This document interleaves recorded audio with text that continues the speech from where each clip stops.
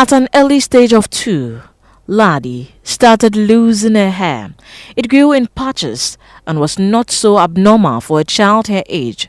But as the years went by, she became aware that she was suffering from a condition called alopecia areata.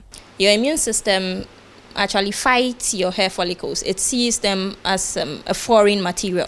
Alopecia areata happens to be the most common autoimmune disorder, but because of the stigma attached to it, you end up not hearing so much about it, because being a woman and losing your hair, it's a big deal. By the time Lahadi was 4, her patches became more visible and she had to endure bullying throughout her school life.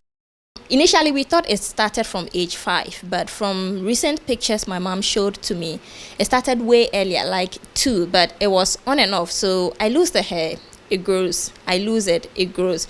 And then at 4, when I lost it, that was it. I kept losing till now. For her parents, the fear of seeing their only daughter and child lose her crown scared them to the bone.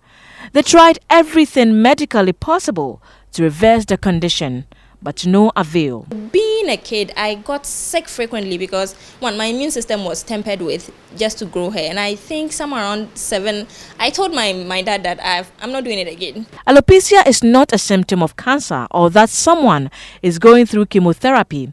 Some women later in life start losing their hair and sometimes get diagnosed of it. Scientists have not been able to prove any concrete causes to the condition yet. But doctors say diabetes, taking some cancer medications, and even stress can trigger it. Usually, these patients are not aware of the condition, and they often suffer all manner of stigmatization. They called me all sorts of names, from Shaolin Soccer to I can't tell you how many nicknames I had in school. Most victims, like Lahadi, eventually resort to different kinds of treatment or methods of covering up. After that braiding, as the years went by, I became so weak and I couldn't put on the braids again, so I had to go fully wig caps. So talking of wig caps, how many have you had? I can see about, you still have the braids and then you still have some wig caps. I can see some here. Are these just the ones that you have? At every given moment, I have 15 wigs. Let's take a look at this one. I think this one here looks very, very nice. Human hair? Yes, it's actually a Peruvian. Oh, and that should be very expensive. How much do you make this one? And probably on the average, how much can you tell us that you spent on these wigs? So on an average every month, I spend close to about 1,000 buying the wig. Then I spend close to 200 cedis making them into this. So on an average every month, I have to part away with 1,000 to 1,005, depending on the type of hair I want to wear for the month, which is extremely ridiculous. Constant braiding put extra pressure on the hair follicles.